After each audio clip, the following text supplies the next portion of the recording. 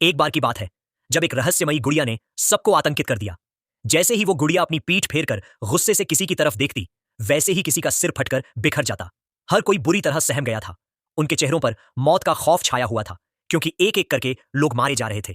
जब गुड़िया पीछे मुड़ती तो एक अजीब धुन बजने लगती। धुन खत्म होते ही गुड़िया सामने की ओर घूम जाती, और अगर कोई जरा सा भी हिलता तो उसकी जान चली जाती। तभी एक युवक ने कहा, यह एक घातक खेल है, हमें साथ मिलकर इसे हराना होगा।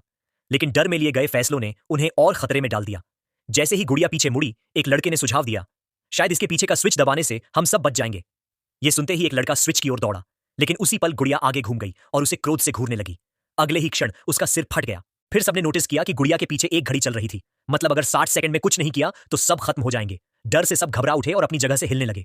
तुरंत गुड़िया ने हमला शुरू कर दिया। पलक झपकते ही ज्यादातर लोग मारे गए। आखिर में सिर्फ 2 बचे, क्योंकि वे बिल्कुल स्थिर रहे। लेकिन अब उनके पास महज 30 सेकंड थे। समय खत्म होते ही दोनों की मौत तय थी। तभी एक ने अपने साथी से कहा, अगर तुम मेरे कंधे पर चढ़कर कूदो और स्विच दबा दो तो हम दोनों बच सकते हैं। अब सिर्फ 10 सेकंड बाकी थे। मजबूरी में टिम नाम का लड़का दौड़कर अपने दोस्त के कंधों पर चढ़ा और कूदते हुए गुड़िया के पास पहुंचा। आखिरी सेकंड में उसने स्विच दबा दिया। दोनों खुशी से झूम उठे, सोचकर कि वे बच गए। लेकिन अचानक टिम के दोस्त का सिर फट गया।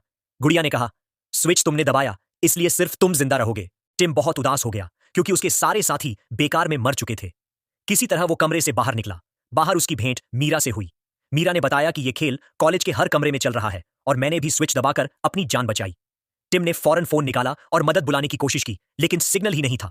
दोनों गलियारे में भागने लगे। भागते भागते उन्होंने एक कमरे का दरवाजा खोला और अंदर घुस गए। लेकिन अंदर जाते ही दरवाजा अपने आप बंद हो गया। वहां पहले से कई युवक मौजूद थे। अचानक एक विचित्र रोबोट बिल्ली कमरे में प्रकट हुई। अब ये सब एक और जानलेवा खेल में फंस चुके थे।